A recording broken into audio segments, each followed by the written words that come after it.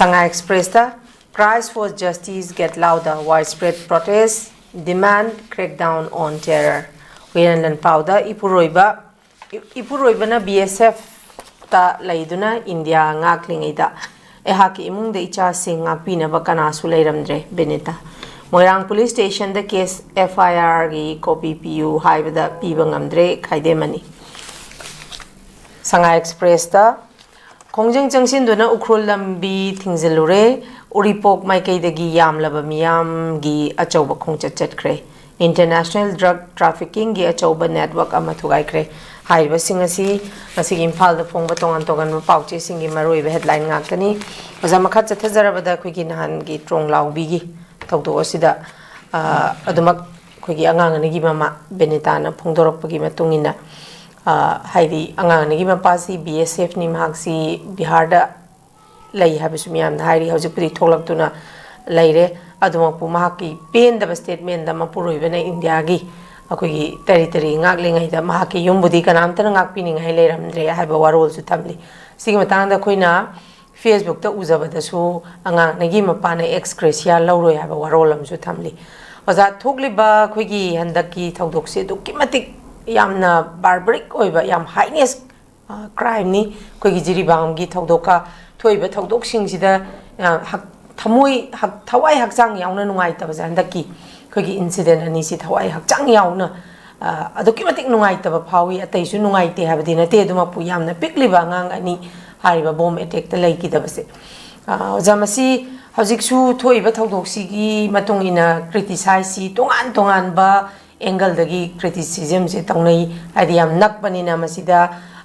kogi cm na sudum thamba statement da anakpa da ni aga tawholaba zala ka haba statement mana thami ba statement dumaksu adumak tabada khara khajik adumak irresponsible oiba statement oiba sumaina oza sumba haidi kogi security forces sing na nga aga leire hariba sigi kano sida tanja sida Sumaina Changselaga Taurak Pasi Uza Masi Quick intelligence failure Haibasu Haibadiladana intelligence pura Kahani pura negligence failure nataba negligence ki acha obama mi madi tai oza sigi matang da ozagi oba moti kari kamain thambini hanu maktada notice window television ge news analysis me no koi kono na kurum jari yare masi Mioiba amagi level da kari haina mi amu ergadi ko kari haina express tawgadabno haiba koisu haibam khangdaba level amagi tamne adubu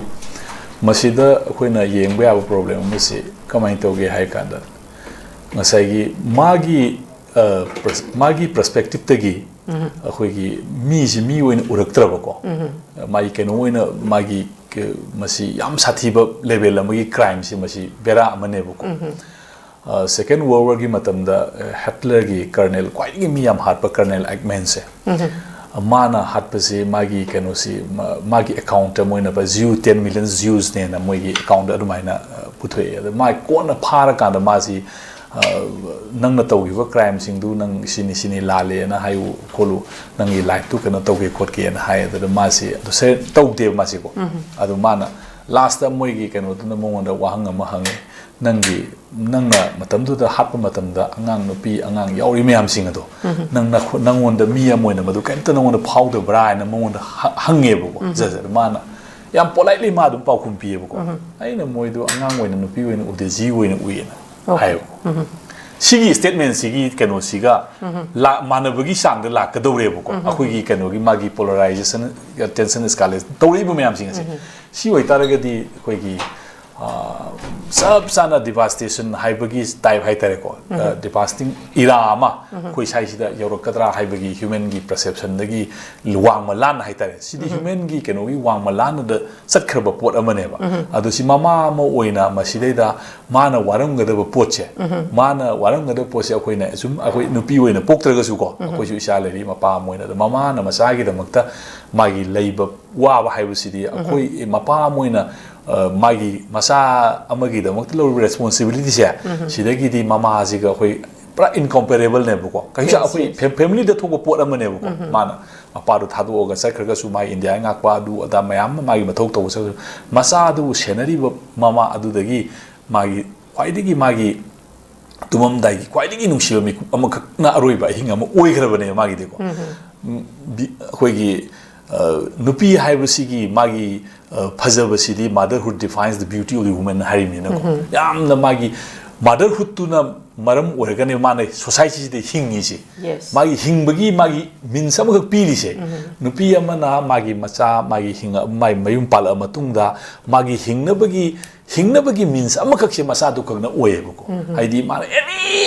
any type of magi job any type of profession any kind of magi mayam puna makna ngangna ningba sangna ningba kaido puna makse masi ngangna ba khona ba kaido ba mayam leitar ga su madu tauna bagi magi kaino maram se masa du kaktana oyebo ko any masi made masi aduga mama na prithvi da minam da ba ma ha ga mama na masa nung siba jide na sengba minam da ba amta leitre ko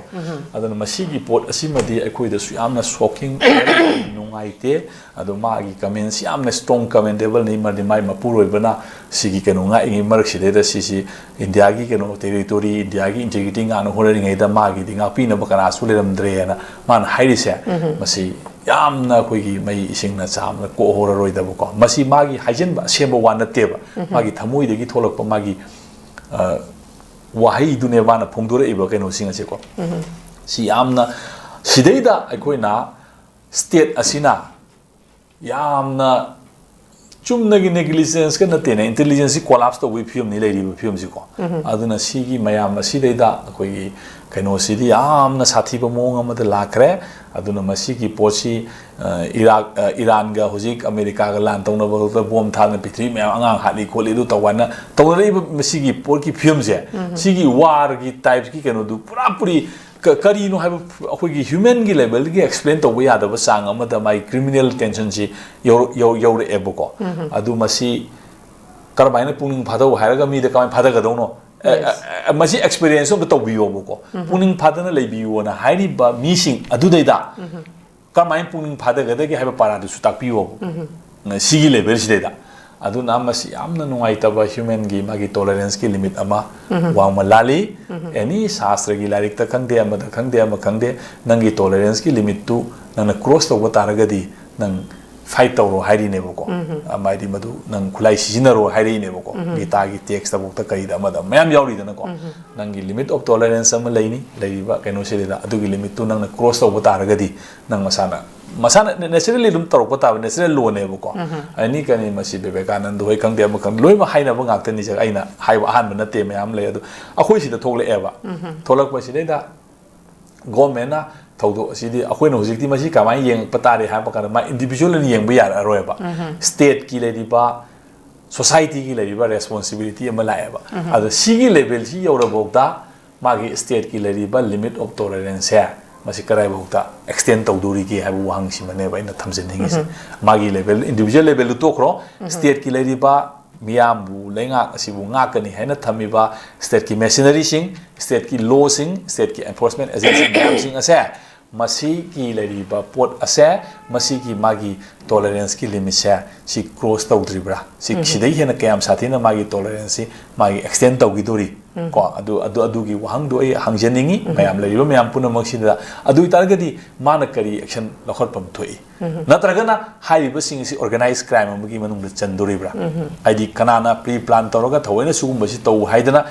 established institution na arrange tawga tawbu ogidori bra haibase masi mioi punamang hangnabam topo wahang amane boko adana masi gi wahang se aikoina lari ba posi adu targadi then lakada ba pot amana asugumba lengak lon asigumba system asigi manung sideda khoigi meyam asina kayam kuina khanga kayam kuina legidoibno haiba wahang se ai isa gi thamoi da hanga kansida khoigi political solidarity ama khoigi political reshaping ama asigumba mayam sing asi torokna bagi wakhal masak mayam sing ase masi khoi sange thengnari ba experience mayam sing ase masi luri di akoi se consolidate to biya da ba akoi problem ma leiri se kamai consolidate to gode gi ha wakhal ama khana bagi matam du ai di amna hendore ena lawi natraga di sida sum akoi na punjan mangam da na akoi gi apun ba kaino ma thokpa ngam draga di masa na manu za sigi matang da za haidi maragam thang thachagi masagi akoi gi